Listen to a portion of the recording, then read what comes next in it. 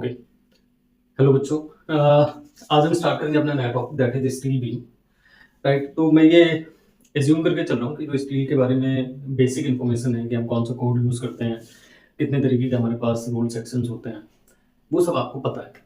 Right, अगर नहीं पता है तो प्लीज़ एक बार देख लीजिएगा, बहुत छोटी छोटी सी चीज़ें हैं। मैं डायरेक्टली आता हूँ स्टील बीम में, इसको बिल्कुल स्क्रैच से करेंगे, है ना। कोई भी ऐसा पार्ट नहीं है जो आप कुछ समझ नहीं आएगा या मिस हो जाएगा। राइट, तो साथ में बने रहिएगा, नोटबुक ले लो, पेन ले लो, साथ में प्रैक्टिस करते रहिएगा। मैं आपको सब समझा दूंगा। कैलकुलेशन पार्ट मेरे पास एक क्वेश्चन मैंने करके रखा हुआ है, सो मैं उसकी वैल्यूज लिख दूंगा, आप क्रॉस चेक कर लीजिएगा। राइट, लेकिन पहले थोड़ा सा समझ लेते हैं जनरल जनरल सी चीजें। सबसे पहले ये जो वर्ड है बीम, ठीक है, इसका पर्पस क्या होता है? देखिए, बीम का मेन पर्पस होता है कि जो सारा लोड है, मतलब चाहे वो स्लैब का हो, चाहे वो सेकेंडरी बीम का हो, सॉरी वो सेकेंडरी बीम हम थोड़ा बाद में आते हैं, चाहे वो स्लैब का है, चाहे उसके ऊपर जो भी आपके पास सुपर इम्पोज लोड लग रहा है, उस सारे लोड को डिस्ट्रीब्यूट करके कॉलम तक ट्रांसफर करना।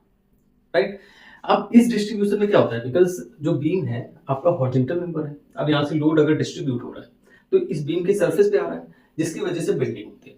राइट, तो बेंडिंग को फ्लेक्सर भी बोलते हैं। तो बीम को एक और नाम से बोला जाता है फ्लेक्सुरल मेंबर्स। राइट, और इनका मेन पर्पस क्या होता है?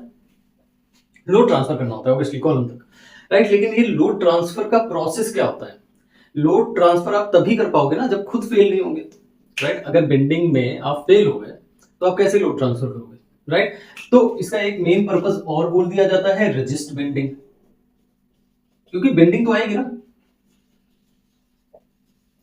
The main purpose of beam is to resist bending, bending तो आएगी। देखो, लोड अगर ऊपर लगेगा, आप हॉरिजॉन्टल मेंबर है, कोई भी हॉरिजॉन्टल मेंबर हो, चाहे वो बीम हो चाहे वो स्लैब हो, बेंडिंग तो होगी। तो अगर आपको लोड ट्रांसफर करना है सेफली कॉलम तक, तो सबसे पहली रिक्वायरमेंट क्या हो जाती है आपकी कि आप बेंडिंग को रजिस्ट करें। राइट, इसी को हम बेंडिंग को फ्लेक्सर भी बोलते हैं, फ्लेक्सुरल मेंबर्स भी बोलते हैं बीम को। अब बीम में मेनली दो पार्ट होते हैं। Right, number one is primary beams, right, and number two is secondary beams. बहुत छोटा छोटा पार्ट है लेकिन जल्दी से समझ लेते हैं। Secondary beams, okay.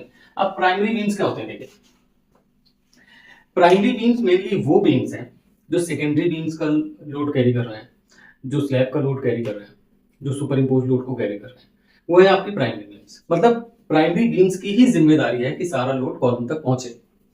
Right, but ये अब फिर सेकेंडरी बीम की जरूरत क्यों पड़ती है? देखिए, स्लैब का एक बहुत पोर्शन, देखिए प्राइमरी बीम्स मेन बीम्स होती हैं। देखिए, दोनों ही मेन बीम्स हैं वैसे तो, बट लोड कैरिंग के हिसाब से अगर आपका इस तरीके से कुछ मैं मान लेता हूँ सिस्टम, एक रूम है, राइट, इसकी ये स्लैब है, तो जो प्राइमरी बीम्स है वो इस तरीके से रन करती है ना, शॉर्ट स्पैन के पैरेलल। अगर आप इसे रूम मान रहे हैं तो ये शॉर्ट स्पैन रूम का हो जाता है। अगर आप इसे बिल्डिंग मान रहे हैं तो ये पूरे बिल्डिंग का जो शॉर्ट स्पैन है उसके पैरेलल रन करती है। अभी देखो, ये जो स्लैब का है ना, बहुत भारी पोर्शन बच रहा है ना, बहुत भारी पोर्शन बच रहा है। अब बिकॉज स्लैब भी आपका हॉरिजॉन्टल मेंबर है, अगर स्लैब भी हॉरिजॉन्टल मेंबर है तो यहाँ पर भी बेंडिंग होने के पूरे चांसेस हैं। और अगर बेंडिंग होगी, राइट, तो जितनी ज्यादा बेंडिंग उतना ज्यादा साइज देना पड़ेगा आपको स्लैब का। नाउ इसी को रोकने के लिए हम लॉन्गेस्ट स्पैन के पैरेलल भी बीम्स को प्रोवाइड कर देते हैं, ठीक है, और इन्हीं बीम्स को हम बोल देते हैं सेकेंडरी बीम्स। और ये वाली जो बीम्स हैं ये हो जाती है आपकी प्राइमरी बीम्स। राइट, तो पहले हम स्लैब को डिस्ट्रीब्यूट कर लेते हैं सेकेंडरी बीम से, फिर उसके नीचे हम प्राइमरी बीम डाल देते हैं ताकि जो सारा लोड है डिस्ट्रीब्यूट होकर कॉलम तक पहुंच जाए। आई गेस आपको सारे पॉइंट समझ में आ रहे होंगे। राइट, अब जो सेकेंडरी बीम्स है ना, इन्हीं को हम जॉइस्ट बोलते हैं। कभी कभी क्वेश्चन आ जाता है डिजाइनर जॉइस्ट, कंफ्यूज मत हो जाना, कहना नहीं, ये मत कहना कि आपको ये तो पढ़ाई नहीं है ना। इसको क्या बोलते हैं? सेकेंडरी बीम्स को क्या बोलते हैं? जॉइस्ट बोलते हैं। ये यार मुझे लग रहा है कि ठीक नहीं लिखा है मैंने, इसको हटा देते हैं क्योंकि दोनों ही मेन बीम्स होती हैं, ऐसा कुछ नहीं है। राइट, इसे हम जॉइस्ट बोलते हैं। और जब हम मेनली स्टील की बात करते हैं तो जो प्राइमरी बीम्स होते हैं उन्हें हम गर्डर्स बोलते हैं। राइट, आरसीसी में मत बोलने लगना, ठीक है, ये सिर्फ किसमें, जब हम स्टील की बात कर रहे हैं तो प्राइमरी बीम्स को हम क्या बोलेंगे? गर्डर्स बोलेंगे। आपको वहां भी फिगर से आपको स्पेशली समझ में आ रहा होगा कि प्राइमरी बीम और सेकेंडरी बीम्स क्या होती हैं। राइट, अब एक और पार्ट आता है बीम का जो समझना जरूरी है, मैं उसका रीजन बताऊंगा क्यों जरूरी है, जिसे हम बोलते हैं बीम का दूसरा classification restrained beams,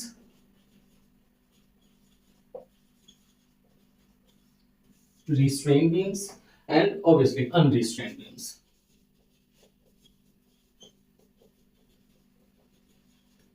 Unrestrained beams. देखो अब रिस्ट्रेन बीम्स क्या होती हैं? अगर बीम में लोड लग रहा है, राइट, तो लॉन्गिट्यूडनली तो उसमें बेंडिंग होगी। लॉन्गिट्यूडनली मतलब वो मैं ऐसे मान लेता हूं, इस तरीके से बीम है, राइट, यहां पर लोड लग रहा है, ओके, तो इस तरीके से तो बेंडिंग होगी, इस तरीके से बेंडिंग होनी है। अब लेकिन अगर ये वाली जो पोजीशन है ऊपर, अब देखो मैं थोड़ा ऐसे समझाता हूँ, इस तरीके से बीम रन कर रही है और लोड लग रहा है। अब अगर ये ऊपर वाली सरफेस हिल जाएगी, राइट, अगर ऊपर वाली सरफेस हिल जाएगी तो ये बीम ठीक तरीके से बेंडिंग कैरी नहीं कर पाएगी। एंड स्पेशली इन स्टील हम ये बोलते हैं, अगर मैं यहां पर बनाऊं एक आई सेक्शन, अभी हम सेक्शंस के बारे में भी थोड़ी बात करेंगे, बट आई गेस इतना तो आइडिया होगा आपको कि मेनली जो बीम के लिए है हम वो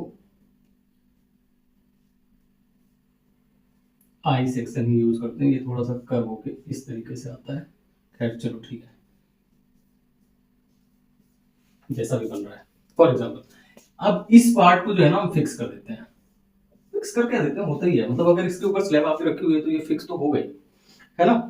और अब बिकॉज अगर बेंडिंग होगी तो ये सबसे ऊपर वाला पार्ट है, देखो ऐसे बीच में आप वेब को इमेजिन करो, ये आई सेक्शन है, ठीक है, ये ऊपर वाला फ्लेंज है, ये नीचे वाला फ्लेंज है।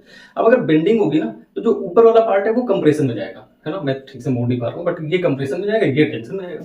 तो दो फ्लेंज में, आई होप आपको पता है कि इस पार्ट को हम क्या बोलते हैं, फ्लेंज बोलते हैं, इस पार्ट को हम क्या बोलते हैं, वेब बोलते हैं।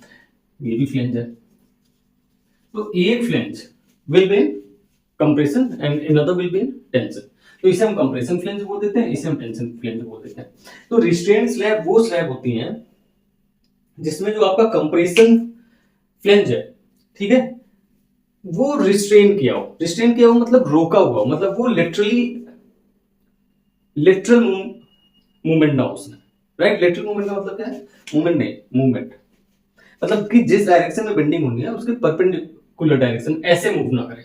मतलब कि अगर आपका ये बीम पड़ा हुआ है, राइट, तो इस डायरेक्शन में ऐसे तो बेंडिंग होगी, राइट, लेकिन ऐसे मत खिसक जाए, क्योंकि अगर ऐसे खिसक जाएगा तो अपनी पोजीशन से हट जाएगा, पोजीशन से हट जाएगा तो ठीक तरीके से बेंडिंग को कैरी नहीं करेगा, राइट। तो ऐसी बीम जिसमें ये फिक्स होता है उसे क्या बोलते हैं, रिस्ट्रेन्ड बीम्स, और जिसमें नहीं होता है कंप्रेशन फ्लेंज, राइट, उसे हम क्या बोलते हैं, अनरिस्ट्रेन्ड। हमारे लिए यही काम का है, ठीक है, ये हम फिक्स कर दें, हमें इतना बवाल नहीं चाहिए जीवन में। तो हम बात करेंगे रिस्ट्रेन्ड बीम्स की। एक बार देख लेते हैं कितने कितने शेप की रिस्ट्रेन्ड बीम्स होती हैं, फिर हम इसके थोड़े टेक्निकल इश्यूज पे डिस्कस करते हैं, ओके। देखिए ये आपको सामने दिख ही रहा होगा, राइट, ये हमारे पास कौन से सिंगल सेक्शंस भी होते हैं, बिल्ट अप सेक्शंस भी होते हैं। सिंगल सेक्शन में चैनल सेक्शन है, आई सेक्शन है, टी सेक्शन है, एंगल सेक्शन है, सर्कुलर सेक्शन है। अब हम जो बिल्ट अप सेक्शंस हैं उसमें जो सिंगल सेक्शन है मेनली आई सेक्शन यूज करते हैं, ठीक है। अगर हमारे पास कोई बहुत ऐसी मींस स्पेशल रिक्वायरमेंट नहीं है कि हमें कोई और मेंबर यूज करना पड़े, तो हम आई सेक्शन ही यूज करेंगे फॉर द बीम, राइट। तो आई सेक्शन के ऊपर हमने प्लेट्स लगा दी हैं, राइट, कभी दो आई सेक्शन के ऊपर प्लेट लगा दी है, तो इस तरीके से मिला के हम बिल्ट अप सेक्शन भी बना सकते हैं, राइट। बहुत सिंपल सा पार्ट है, आप देख लीजिएगा। अब हम आते हैं अपने मेन पार्ट में, जिसे हम बोलते हैं design of restrained beams. Design of restrained beams लिख देता हूं, चलो।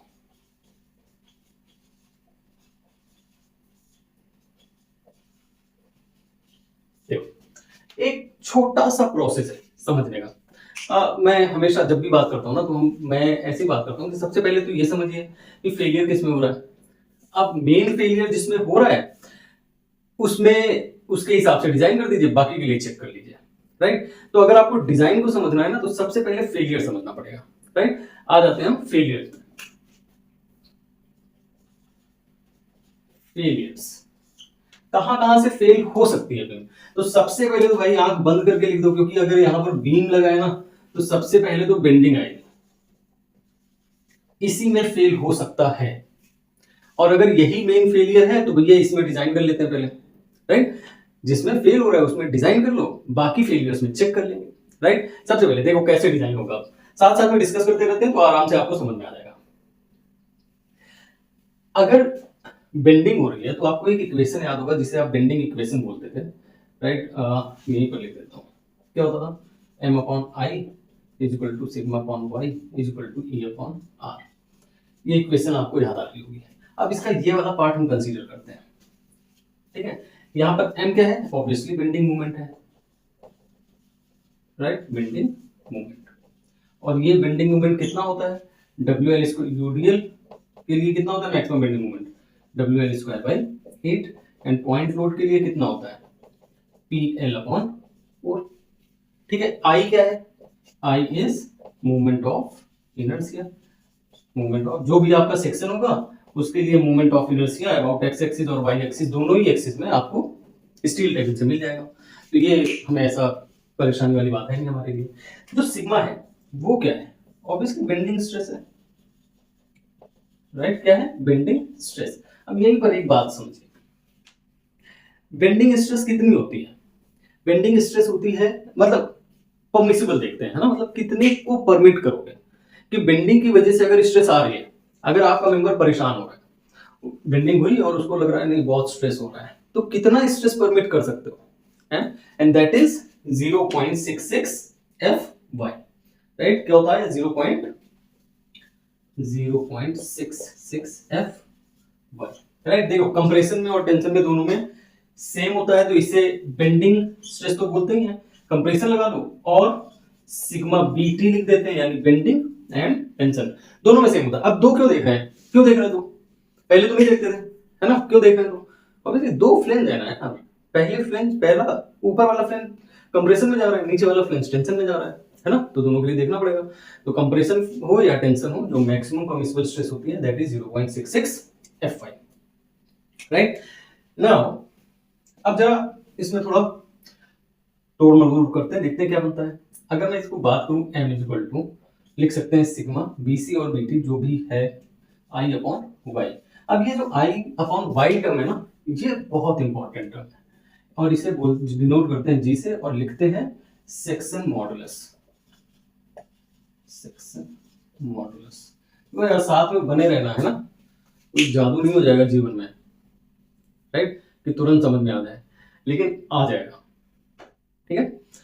सपोज अगर आप 1-1.5 घंटे बैठ के पढ़ रहे हो, है ना, अपने नोट्स में साथ में लिखते हुए, और आपको स्टील बीम का डिजाइन आ गया, कितनी बड़ी बात है ना? एक डिजाइन आपको आ गया पूरी जिंदगी भर के लिए, तो साथ में बने रहना, हिलना नहीं यहाँ से। Section modulus, right? अब तो m का फॉर्मूला बन जाता है। देखो अगर मान लो रेक्टेंगुलर सेक्शन होता है, क्या होता? BD क्यूब अपॉन 12 और y कितना हो जाता है? D/2। चलो यहाँ लिख लेते हैं z का फॉर्मूला रेक्टेंगुलर सेक्शन के लिए BD cube upon 12 and y क्या होता है? न्यूट्रल एक्सिस से आउटर फाइबर तक की डिस्टेंस, है ना? अब रेक्टेंगुलर सेक्शन के लिए न्यूट्रल एक्सिस का होता है हाफ पर, आउटर फाइबर तक की डिस्टेंस कितनी होगी? D/2। कितना हो जाएगा? D/2। ये कितना हो जाता है? BD square upon 6। BD square upon 6। अब देखो होता क्या है, हम जो सेक्शन मॉडुलस है ना, उससे ही अपने सेक्शन को कंसीडर करते हैं, राइट? यहां से z की वैल्यू निकाल लेंगे हम, सिग्मा CBC परमिसिबल पता है हमें, सेक्शन मॉडुलस पता चल जाएगा, बेंडिंग मोमेंट अगर पता है डिवाइडेड बाय सिग्मा CBC हमें सेक्शन मॉडुलस पता चल जाएगा। अब यही सेक्शन मॉडुलस की वैल्यू हम देखेंगे अपने स्टील टेबल पे, राइट? एंड जो भी वैल्यू सेक्शन मॉडुलस के हमारे आसपास आ रही होगी हम वो वाला सेक्शन कंसीडर कर लेंगे। अब अगर इसको बहुत लेमैन लैंग्वेज में बोलते हैं तो इसका मतलब क्या है? ये यहां से हम ये पता कर लेंगे कि हमें कितनी स्ट्रेंथ वाला मेंबर चाहिए, राइट? और वो स्ट्रेंथ कौन डिनोट कर रहा है? Section modulus. इसी के प्रोपोर्शनेट होगी स्ट्रेंथ, राइट? तो सपोज मैं एक जनरल वैल्यू लिख देता हूं, सपोज यहां पर आ रहा है 1216 centimetre cube, means whatever the loading condition and उसकी वजह say whatever the bending moment is generating, उन सबको कैरी करने के लिए हमें ये वाला सेक्शन मॉडुलस चाहिए। Now will go on steel table और देखेंगे कि इससे बड़ा सेक्शन मॉडुलस किस सेक्शन का है, जो भी होगा वो कंसीडर कर लेंगे and that will make sure कि जो हमारा पूरा लोडिंग कंडीशन है वो वाला मेंबर उसे मतलब सेफली कैरी कर लेगा, राइट? समझ में आ गया? और मेंबर चूज करना ही तो डिजाइनिंग है, राइट? हमें ये पता चल जाएगा कि कौन सा मेंबर लगा रहे हैं। आई होप आप इस बात से इक्विप्ड हैं कि इन स्टील बीम, हम कोई बनाने नहीं जाते हैं मेंबर, है ना। कंक्रीट तो कास्ट किया जाता है, तो हम वहां पर साइज निकालते हैं कि बी कितना होगा, डी कितना होगा, रिइंफोर्समेंट कितनी होगी, राइट। बट यहाँ पर ऐसा कुछ नहीं है, हमारे पास सेक्शंस हैं बने हुए, है ना। हमें बस चूज करना है, तो चूज करने के लिए अगर हम सेक्शन मॉडुलस निकाल लेंगे, इससे बड़ी जो वैल्यू है वो हमारा सेक्शन बन जाएगा। समझ में आ रहा है? डिजाइनिंग हो गया। अब देखते हैं कैसे कैसे फेल हो सकता है, राइट, और उनके चेक्स लगा लेंगे, राइट। थोड़ी देर समझते हैं, 10-15 मिनट में थ्योरी खत्म करते हैं, बढ़िया सा न्यूमेरिकल कराता हूँ आपको, सब कुछ क्लियर हो जाएगा। Okay okay. तो जो सबसे पहला फेलियर होता है ना, सेकंड स्टेप में आ जाते हैं, पहले स्टेप में बेंडिंग मोमेंट से डिजाइन हो गया, वो होता है शियर में, राइट। क्यों शियर में होता है? क्योंकि रिस्ट्रेंड है ना स्लैब, सॉरी बीम रिस्ट्रेंड है, तो ऊपर एक सरफेस होगी जिसने हमारे कंप्रेशन फ्लेंज को पकड़ा होगा। अब दो सरफेस हो गई, तो जैसे ही बेंडिंग होने का ट्राई करेगा तो सरफेस होगी ना, चेंज होगी, तो हमें शियर देखना पड़ेगा, राइट। अब शियर क्या होता है, देखो शियर स्ट्रेस कैसे निकलेगा, शियर स्ट्रेस एक ही फॉर्मूला होता है, फोर्स अपॉन एरिया। अब शेयर देख रहे हैं, तो यहां पर क्या हो जाएगा, शेयर फोर्स अपॉन एरिया। अब एरिया कौन सा लेंगे, जो पार्ट आपकी बीम का लोड कैरी कर रहा है वो वाला एरिया लेंगे। देखो यार, मैं फिर से कोशिश कर रहा हूँ बीम बनाने की, मेरे से जैसी बनती है प्लीज समझ जाना, है ना। मेरा हाथ थोड़ा टाइट ही रहता है इसमें, मैं कोशिश बड़ा करता हूँ कि सब ठीक बने, बट बनता नहीं है, बट चलो ठीक है। ओके, ये वाला पार्ट थोड़ा कर्व होता है ना। आई होप मेरी घटिया स्केचिंग से आपको समझ में आ रहा है, बट ओके। देखो जैसे ही लोड हुआ ना, यहाँ पर डिस्ट्रीब्यूट हुआ, और उसके बाद ये वाला पार्ट आया, तो जो कैरी करने वाला पार्ट है ना, वो यही है। इसी मासूम पे सारे जुल्म होते हैं, है ना। और वो कौन सा पार्ट है, वेब। तो एरिया भी कौन सा आएगा, वेब का, राइट, है ना। मतलब और इन अ वे ये वाला पार्ट इस तरीके से ट्रांसफर होता है। देखो ऐसे समझो, लोड आया, कंसंट्रेट हो गया, है ना, नीचे गया, स्प्रेड हो गया, राइट। तो जो सबसे मोस्ट कॉमन पार्ट पे लोड रहता है वो है ये। अब ये वाली पूरी हाइट होती है h, राइट, और इसकी थिकनेस होती है TW। तो एरिया तो हमारा हो जाता है h multiplied by TW, means height multiplied by thickness of it. अब यार देखो यहाँ पर आ गया ना, तो मैं एक चीज और बता दूं, ये जो हाइट है ना, इसको डिवाइड किया जाता है। यहाँ पे मैं ठीक से बना नहीं पाया हूँ, बट ये जो कर्व पार्ट है ना, ये थोड़ा सा ज्यादा रहता है। सिमिलरली यहाँ से स्टार्ट हो गया ये कर्व पार्ट, तो जहां तक कर्व होता है ना, वहां तक की हाइट को हम बोलते हैं h2, यहां से यहां तक h2, और जो बीच में बचता है उसे हम बोलते हैं h1, राइट। अगर आप स्टील टेबल अपनी देखोगे तो उसमें इसी तरीके से दिखे कि जो जितना कर्व पार्ट है वो क्या है, h2 है, राइट। एंड नीचे से ऊपर से दोनों तरफ, मतलब कंप्रेशन और टेंशन फ्लेंज से दोनों तरफ, और बीच वाली हाइट को हम बोलते हैं h1, और टोटल हाइट मिलाकर होती है h। चलो, तो एरिया वाली बात तो होगी। शेयर फोर्स की बात करते हैं। जैसे मैक्सिमम बेंडिंग मूवमेंट होता है वैसे शेयर फोर्स होता है ना। तो मैक्सिमम शेयर कितना होता है, अगर आपका यूडीएल है तो आ जाएगा WL अपॉन 2, राइट। और अगर आपका पॉइंट लोड है तो आ जाएगा आपका P अपॉन 2, राइट। मतलब पॉइंट लोड डिवाइडेड बाय 2, ये मैक्सिमम शेयर होता है, राइट।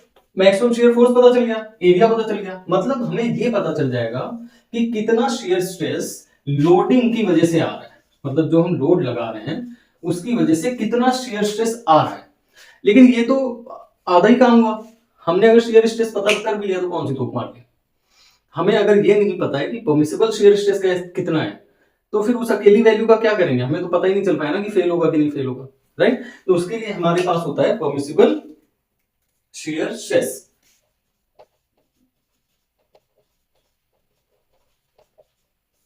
परमिसिबल शेयर स्ट्रेस, और इसकी वैल्यू होती है 0.4 Fy।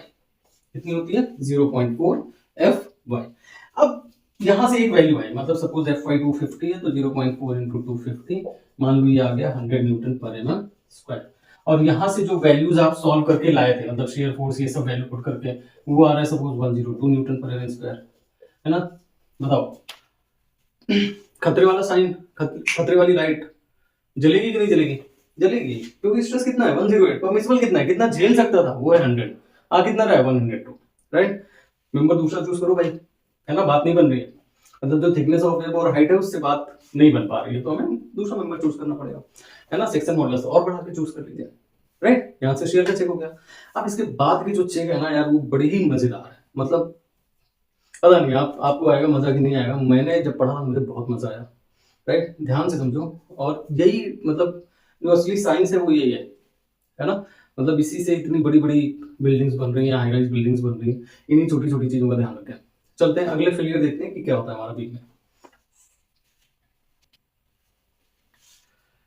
चलिए ठीक है। देखिए इसको हम बोलते क्या है, ये तीसरा पार्ट है ना, इसको हम बोलते हैं वेब क्रिपलिंग। मैंने बोला था ना कि जो सारा जुल्म हो रहा है ना वो किस पे हो रहा है, इसी बेचारे वेब पर हो रहा है, राइट। अब जब इस पे हो रहा है तो ये कहीं से टूटेगा फूटेगा भी, राइट। तो उसमें पहला फेलियर आता है जिसका नाम है वेब क्रिपलिंग। ध्यान से समझना, बहुत आराम से समझना, नहीं है रिपीट करके देख लेना, बहुत ही अच्छी चीज है, राइट, और बहुत आसानी से हो जाएगा। क्रिपलिंग क्या होता है, ये पहले तो समझिए कि सिर्फ होता है कंसंट्रेटेड लोड की वजह से, राइट। अब देखो कंसंट्रेटेड लोड क्या, तो इसका मतलब क्या यूटीएल से नहीं होगा, होगा। देखो क्या होता है, जब एक पॉइंट पर लोड कंसंट्रेटेड हो जाता है ना, तो जहां से फ्लेंज और वेब का कनेक्शन होता है, जो मैं H2 वाला पार्ट मैंने आपको बताया था ना, यहां से डिस्टॉर्ट हो जाता है मेंबर, है ना। मतलब इस तरीके से हो जाएगा कुछ ऐसे, ये खत्म हो जाएगा। इस पार्ट को हम बोलते हैं वेब क्रिपलिंग। किस, अब देखो कहां पर होगा, जहां फ्लेंज और कनेक्शन। क्यों होगा, देखो एक बड़ा पाइप है, राइट, और एक छोटा पाइप है, ठीक है। आपने एक कनेक्टर से दोनों को कनेक्ट कर दिया, बड़े पाइप से पीछे से फ्लो आ रहा है वाटर का। जब ये छोटे पाइप में जा रहा होगा, मतलब जहां पर कनेक्शन होगा, तो अब एरिया कम हो गया, बहुत ज्यादा पानी आ रहा था, बहुत ज्यादा पानी आ रहा था, तो अचानक से स्ट्रेस होगा ना। इसका उल्टा होता तो डिस्पर्स हो जाती स्ट्रेस, राइट, कि छोटे से बड़े में जा रहा होता डिस्पर्स हो जाता, बट बड़े से छोटे में आ रहा है तो अचानक से, तभी देखते हैं ना कि अगर पानी आ रहा है, हमने पाइप छोटा कर दिया है तो फ्लो ज्यादा तेज लगने लगता है हमें, है ना। मतलब उसका प्रेशर ज्यादा लगने लगता है। क्यों, प्रेशर क्या है, एक्सटर्नल में प्रेशर बोलते हैं, इंटरनल में स्ट्रेस बोलते हैं, राइट। तो जैसे ही एरिया छोटा हो जाता है स्ट्रेस एकदम से स्पाइक कर जाता है। फॉर्मूला क्या होता है स्ट्रेस का, लोड अपॉन एरिया। एरिया कम कर दोगे स्ट्रेस क्या हो जाएगा, बढ़ जाएगा। और जैसे ही यहाँ पर स्ट्रेस बढ़ता है मेंबर डिस्टॉर्ट हो जाता है। इसे हम बोलते हैं वेब क्रिपलिंग। आई होप समझ में आ रहा होगा। यहां से आ रहा था पूरा लोड, मतलब ये वाला पार्ट था, फिर अचानक से श्रिंक हो गया। जैसे श्रिंक होगा मतलब वहां पर लोड कंसंट्रेटेड हो जाएगा, और अगर वेब आपका झेलने लायक नहीं है तो फेल कर जाएगा। इसी प्रोसेस को हम बोलते हैं वेब क्रिपलिंग, राइट। अब लेट्स से कि जो डिस्टॉर्शन हुआ है उसका एंगल 30 डिग्री है, राइट। वैसे 30 टू 45 डिग्री तक वेरी करता है, राइट। बट ये आपको पता होता है, आपको 30 लिखना है यहाँ पर, राइट। आपको 30 मानना है। कहीं पर हम चेक करते हैं, कहीं पर डिस्टॉर्शन अलग तरीके से हो रहा है तो वो पर्टिकुलर एंगल ले लेंगे, राइट। बट आपको 30 डिग्री मानना है, राइट, 30 डिग्री। अब आपको देखना है कि यहाँ पर पहुंचते पहुंचते क्या स्ट्रेस बन रही होगी, यही तो चाहिए हमें। हम स्ट्रेस ही तो देख रहे हैं, है ना। तो स्ट्रेस देखने के लिए हमें क्या क्या चाहिए होगा, स्ट्रेस देखने के लिए तो हमें चाहिए होगा सबसे पहले लोड। देखो स्ट्रेस का जनरल फॉर्मूला लिख देता हूँ यार, लोड अपॉन एरिया, राइट। सबसे पहले एरिया की बात करते हैं, राइट, क्योंकि लोड तो सिंपल है, आ जाएगा। कैसे आएगा वो भी देखेंगे, कुछ मिस नहीं होगा। एरिया की बात करते हैं। एरिया क्या है, ये वाली विड्थ यहां तक पहुंचते पहुंचते multiplied by thickness of the web, क्योंकि वेब की बात हो रही है ना। यानी मैं बोल सकता हूं, अगर मैंने इसको बोल लिया तो एरिया की वैल्यू हो जाएगी B multiplied by T W. Simple है, B multiplied by T W. अब बी निकालने वाली बात है, बहुत सिंपल सी ट्रिग्नोमेट्री है, लगाना है लगा लो, नहीं लगाना है याद कर लेना भैया, ठीक है। ऐसे मैं लगा के बता देता हूँ आपको, बी इज इक्वल टू, यहां से अगर ऐसे करते हैं तो ये वैल्यू कितनी है, ए है, राइट। हमें ये वाली वैल्यू निकालनी है और ये वाली वैल्यू निकालनी है। अगर आपका ये वाला एंगल 30 है, ये भी कितना होगा 30 degree. Let's say this is x, और ये वाली वैल्यू कितनी है h2। अब आपको x निकालना है, h2 आपको पता है, कैसे निकालोगे, cot थीटा, यहां पर लिख दूं cot 30 डिग्री है, ठीक है। cot 30 degree is equal to what, tan theta is equal to क्या होता है, लेंथ अपॉन बेस। ये क्या हो जाएगा, बेस अपॉन लेंथ। बेस कितना है x, लेंथ कितना है h2, तो x इज इक्वल टू क्या हो जाएगा h2 cot 30 डिग्री, राइट। इधर भी x है, इधर भी x है, तो b को हम क्या लिख सकते हैं, a प्लस 2x।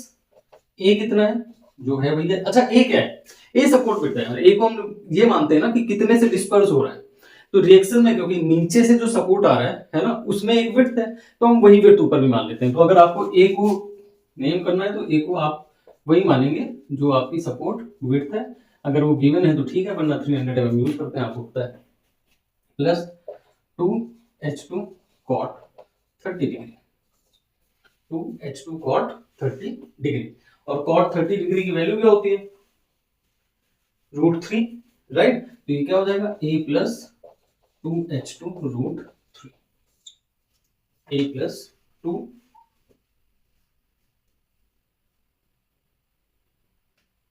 कुछ गलत हो गया है, 1 मिनट रुकिए जरा। cot 30 is cos 30 upon sin 30, cos 30 is √3 upon 1 upon 2 √3, ठीक है, √3 सही है, मेरे को भी गलत लग रहा था, ठीक है, राइट, a प्लस 2H2 √3। अब अगर b की वैल्यू आ गई, TW मल्टीप्लाई करोगे क्या आ जाएगा, ठीक है, राइट। बट ये फॉर्मूला किसके लिए, देखो मैंने बोला कंसंट्रेटेड लोड होगा तभी बनेगी बात, है ना, सिर्फ कंसंट्रेटेड लोड की वजह से ही होना है, राइट। तो मतलब ये कंडीशन है जब आपका ये पॉइंट लोड लग रहा है,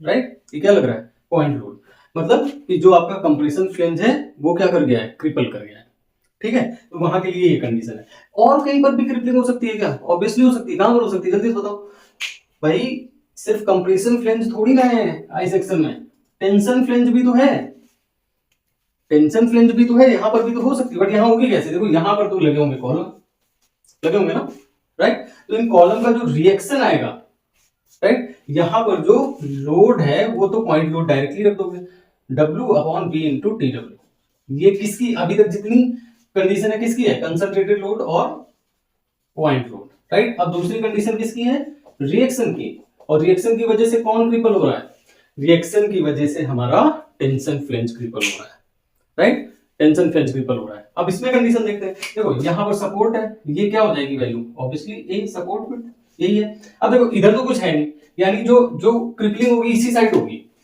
ध्यान से देखो, इधर तो नहीं है ना कुछ, इधर तो खत्म है मामला, तो उधर तो क्रिपलिंग का कोई मतलब ही नहीं है, तो क्रिपलिंग किधर होगी, सिर्फ इधर होगी, मतलब ये 30 डिग्री, बाकी सब चीजें सेम रहेगी, बस ये समझ लो कि एक साइड नहीं होगी, यहाँ पर इतना पार्ट है, सिर्फ एक साइड होगी, दूसरी साइड नहीं होगी।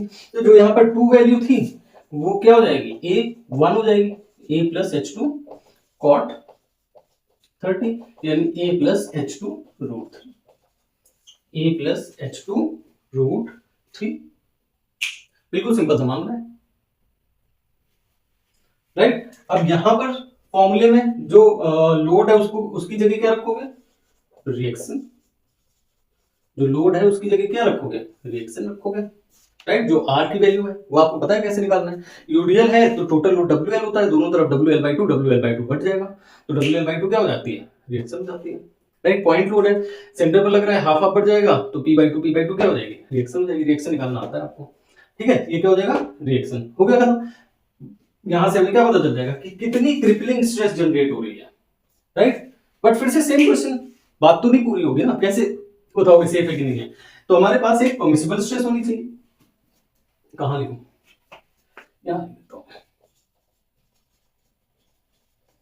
क्या होनी चाहिए, परमिसिबल स्ट्रेस, राइट। और परमिसिबल स्ट्रेस कितनी होती है, 0.75 F5, कितनी होती है परमिसिबल स्ट्रेस, 0.75 F5। तो जो भी स्ट्रेस आए आपको इस वैल्यू से कंपेयर कर लो, काम करो, राइट। आई होप आपको समझ में आ रहा होगा, राइट। एक बार देखो, रिवाइज कर लो, अच्छे से पॉज करके देख लो, राइट, फिर हम आते हैं नेक्स्ट फेलियर पे, ओके। भाई मैं बार बार माफी मांगता हूं कि मेरी स्केचिंग के लिए मुझे माफ कर देना, बट समझा तो ले जाऊंगा मैं। नेक्स्ट फेलियर है failure number 4, and that is web buckling. Buckling, देखो ये तो भाई वेब के हक का फेलियर है, आप किसी भी वर्टिकल मेंबर को कंप्रेस करोगे, राइट, तो वो क्या हो जाएगा, बकल कर जाएगा, और ये इसके हक का है, मतलब ये तो कहता है कि भाई देखो ये फेल तो होगा, राइट, मतलब कुछ नहीं होता है कि ये इस तरीके से हो जाता है, राइट, और इसे हम बोलते हैं बकलिंग, और ये जो मैक्सिमम होती है सबको पता है कहां पर होगी, सेंटर पे होगी, राइट। तो अगर आपको स्ट्रेस निकालना है, मतलब बकलिंग स्ट्रेस निकालना है, फॉर्मूला क्या होगा, लोड यानी अगेन W, फिर से ये पहले हम बात करेंगे पॉइंट लोड के लिए और फिर हम बात करेंगे रिएक्शन के लिए। तो let's say point load W है और P है जो भी है डिवाइडेड बाय एरिया, यही हो जाएगा बकलिंग स्ट्रेस, राइट। अब एरिया क्या है, एरिया मतलब यहां पर जो एरिया है, तो एरिया फिर से पिछली बार की तरह B multiply by TW thickness of the well, और B क्या है, ये वाली वैल्यू B है, निकाल लेते हैं। ये क्या है, ये यहाँ पर क्या है, A है, ये X मान लेते हैं, ये X, तो B is equal to again A plus 2x। अब यहाँ पर एंगल यार 45 डिग्री होता है, क्या होता है, 45 डिग्री होता है। और 45 डिग्री एंगल की एक खासियत है tan और cot में, कि ये दोनों वैल्यू सेम हो जाती हैं, है ना। tan 45 1, cot 45 1। तो अगर मैं सपोज cot 45 करता हूं, यहां पर कर देता हूं cot 45 degree is equal to again base upon length, base is x, length is what, h/2, right. क्योंकि पूरे बीम में बकलिंग हो रही है ना, तो टोटल हाइट का डिवाइडेड बाय 2, सिंपल्स है, कुछ नहीं, राइट। यानी cot 45 कितना हो जाता है, टेंड्स टू 1, तो x इज इक्वल टू क्या आ जाएगा, h/2। यहां पर पुट कर दो a प्लस 2 h/2, ये कितना आ जाता है a प्लस h, राइट। मतलब कि अगर आप पॉइंट लोड के लिए बात करोगे तो ये कितना आ जाएगा a प्लस h। सिमिलरली जब आप रिएक्शन की बात करोगे तो ये हो जाएगी वैल्यू a, और सिर्फ इधर की तरफ होगा 45, यानी इधर वाला खत्म हो जाएगा। यानी फॉर रिएक्शन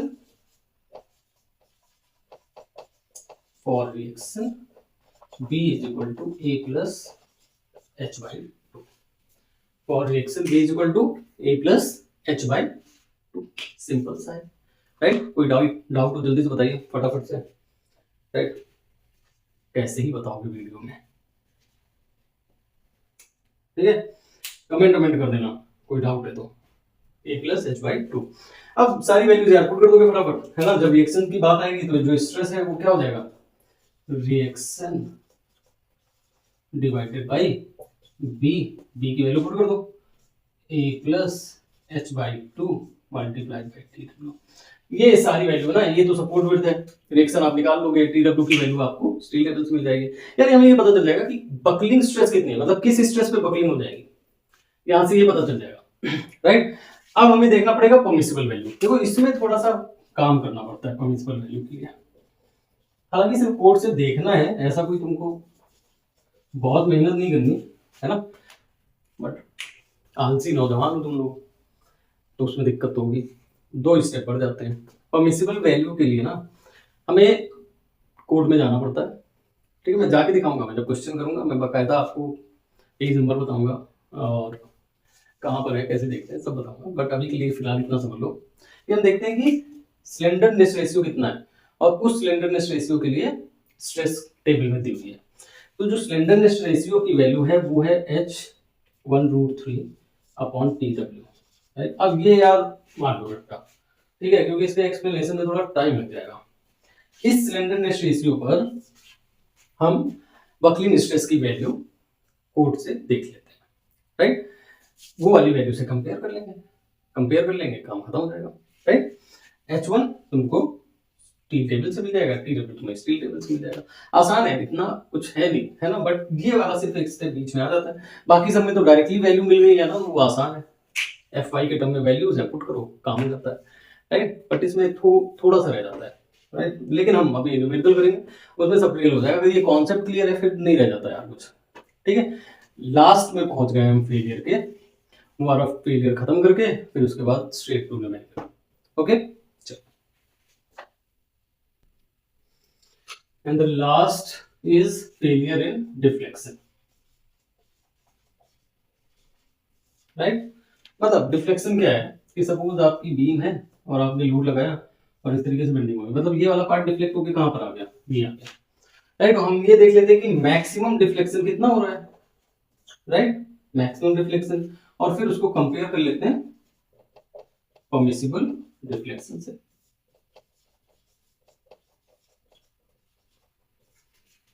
परमिसिबल डिफ्लेक्शन से, राइट, ओके।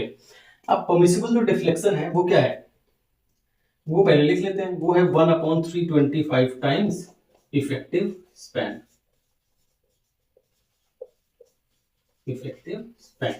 इफेक्टिव स्पैन हम निकालेंगे, इफेक्टिव स्पैन निकालना आपको आता है, उसका 1/325 टाइम्स परमिसिबल है, मतलब इतना हो रहा है तब तक ठीक है, कोई दिक्कत नहीं है। ये देखो, अब तुम्हें लग रहा है हे भगवान क्या हो रहा है ये, और तुम एग्जाम के पहले पढ़ने बैठे हो, तो भैया ये होगा, राइट। अब इतना स्ट्रेस तो लेना पड़ेगा, है ना, मैं भी ले रहा हूँ तुम्हारे लिए, ठीक है, तो ऐसे घबराओ नहीं, ठीक है। क्वेश्चन है, इंपॉर्टेंट है, अच्छे से कर लो। 1/320 टाइम्स ऑफ इफेक्टिव स्पैन। अब मैक्सिमम एक्चुअल डिफ्लेक्शन कितना है, मतलब डिफ्लेक्शन कितना होगा, राइट। मार्कर चेंज करके देखते हैं। इसका फॉर्मूला होता है, राइट, मैं फॉर्मूला लिख देता हूं फिर समझा देता हूं, दैट इज के W L Q upon E I x, A W L cube upon E I x, right. के है ना, ये कांस्टेंट है जो डिपेंड करता है कि आपका टाइप ऑफ बीम कौन सा है और टाइप ऑफ लोडिंग क्या है, इन दो चीजों पर डिपेंड करता है। टाइप ऑफ बीम क्या है और टाइप ऑफ लोडिंग क्या है, राइट। अब ये दोनों चीजें आपको पता होंगी, सिंपली सपोर्टेड बीम है, यूडीएल लग रहा है, सिंपली सपोर्टेड बीम है, पॉइंट लोड लग रहा है, राइट। मैंने टेबल सामने लगा दिया है, उसके लिए आपको के की वैल्यूज गिवन है। सपोज यूडीएल, सपोज आपका कैंटिलीवर बीम है, टोटल लोड मतलब यूडीएल लग रहा है, तो उसके लिए के की वैल्यू 1/8 हो जाती है। सिंपली सपोर्टेड बीम के लिए जल्दी से देख के बताइए, सिंपली सपोर्टेड बीम है, यूडीएल लग रहा है 5/384, राइट। सिंपली सपोर्टेड बीम है, पॉइंट लोड लग रहा है 1/48। तो टाइप ऑफ द बीम देख लो और उसके हिसाब से के की वैल्यू आ जाएगी। देन फिर उसके बाद डब्ल्यू क्या होता है, डब्ल्यू होता है भाई टोटल लोड, राइट। स्पेशली बता रहा हूँ, ये ध्यान से समझना, ये बहुत पॉइंट गलती करते हैं बच्चे यहाँ पर। टोटल लोड मतलब कि अगर आपका यूडीएल लग रहा है, राइट, लेंथ दी है, यूडीएल की इंटेंसिटी है डब्ल्यू पर मीटर, तो इसका टोटल लोड डब्ल्यू नहीं है, इसका टोटल लोड क्या है, इसका टोटल लोड है डब्ल्यू एल। और अगर पॉइंट लोड दिया है तब तो डायरेक्टली टोटल लोड दिया है ना, फिर उसमें कोई दिक्कत नहीं है, राइट। क्या हो जाएगा, डब्ल्यू एल। एल क्या है यहाँ पर, इफेक्टिव लेंथ, क्या है, इफेक्टिव लेंथ, ठीक है। देन ई क्या है, मॉडुलस ऑफ इलास्टिसिटी, यही है, मॉडुलस ऑफ इलास्टिसिटी। और इसकी वैल्यू क्या होती है, इसकी वैल्यू होती है 2 × 10⁵ न्यूटन पर एमएम स्क्वायर। ध्यान रखिएगा, ये क्या वैल्यू होती है, 2 × 10⁵ न्यूटन पर एमएम स्क्वायर। कुछ रह गया, आई रह गया। अब यहाँ पर आई एक्स सेक्शन के अलॉन्ग देखना है, और ये कहां से मिलेगा आपको, स्टील टेबल से। स्टील टेबल से डायरेक्टली वैल्यू उठाइए, है ना, फटाफट से पुट कर दीजिए, काम खत्म हो जाएगा, राइट। सारी वैल्यूज पुट करिए, कैलकुलेशन है, बट आपको क्या करना है, कैलकुलेशन तो आप इससे कर रहे हो, कैलसी से कर रहे हो, क्या दिक्कत है, फिर कोई दिक्कत नहीं है ना। कैलकुलेशन करो, सारी वैल्यू पुट करो, इससे कंपेयर करो, अगर एक्चुअल वैल्यू इससे कम है तो सेफ है, कम नहीं है तो हमारे पास एक ही सोल्यूशन है। क्या करना है, भगवान का नाम लेना है, नहीं, चलो वो तो लेते ही रहो, तो लेना ही चाहिए। क्या करना है फिर हमें, से जो चूज किया था सेक्शन, उससे बड़ा सेक्शन चूज कर लो, राइट। इतनी सिंपल सी बात है। सो आई होप कि मैं समझा पाया हूँ आपको स्टील बीम का सारा कॉन्सेप्ट, है ना। अब डिजाइन क्वेश्चन रहता है, बहुत छोटा सा क्वेश्चन है, 15-20 मिनट में हो जाएगा, फटाफट से ट्राई करते हैं। पहले आप इसे रिवाइज कर लो, राइट, और नेक्स्ट वीडियो का वेट करो। जैसे ही नेक्स्ट वीडियो आएगा वो आपका न्यूमेरिकल प्रॉब्लम का होगा, फटाफट से न्यूमेरिकल प्रॉब्लम सॉल्व कर लो और छुट्टी पाओ, ठीक है। चलिए, थैंक यू गाइस।